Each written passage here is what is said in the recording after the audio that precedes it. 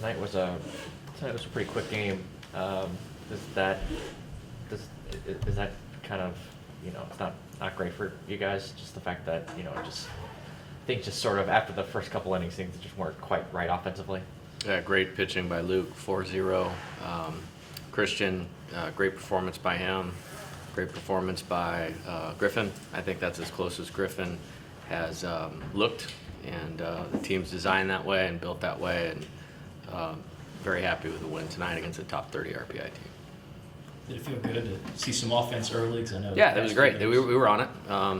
We were on it early, and we got a little unlucky. We had a hit and run. Braswell smoked it right at him, double play. I mean, if that gets over his head, max scoring, and it's a double, and we have a completely different feeling about it. So, there was a few of those things. A few things we could have done better for sure, and that's the game. It's hard.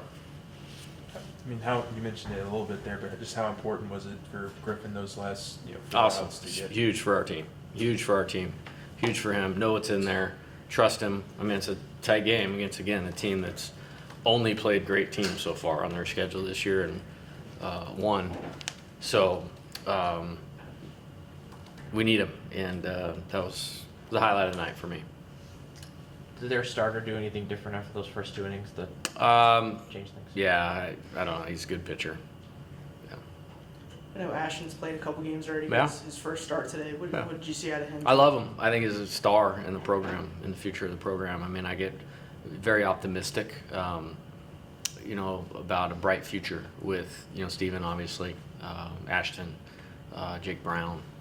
Those are, like I said, those are my type of players. I really like good left-handed hitters that have some speed and power and solid hitting skills. And he's a great player, but he's a great kid too. He's totally engaged and engaged in the team and engaged in winning and engaged in improving.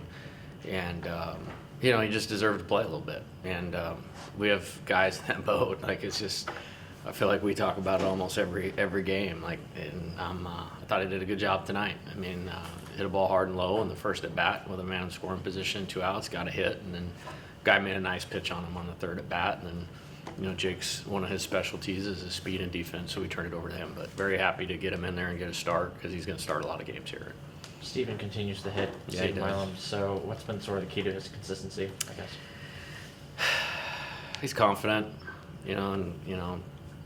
he's well skilled in strike zone discipline, in contact.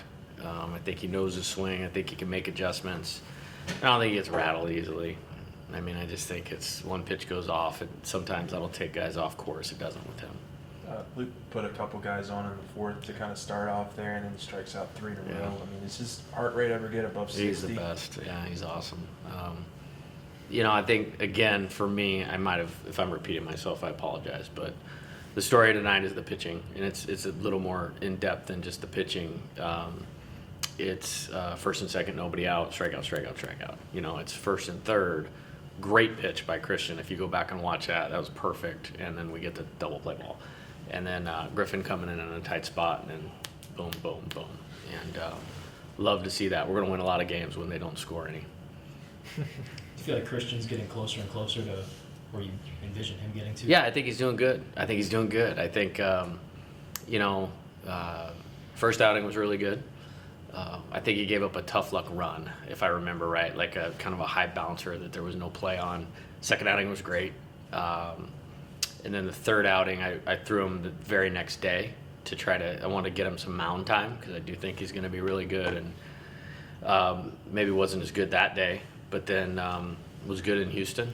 And once he went in and again got a big double play ball, we weren't losing that game, And then tonight, Luke hit his pitch count after 6.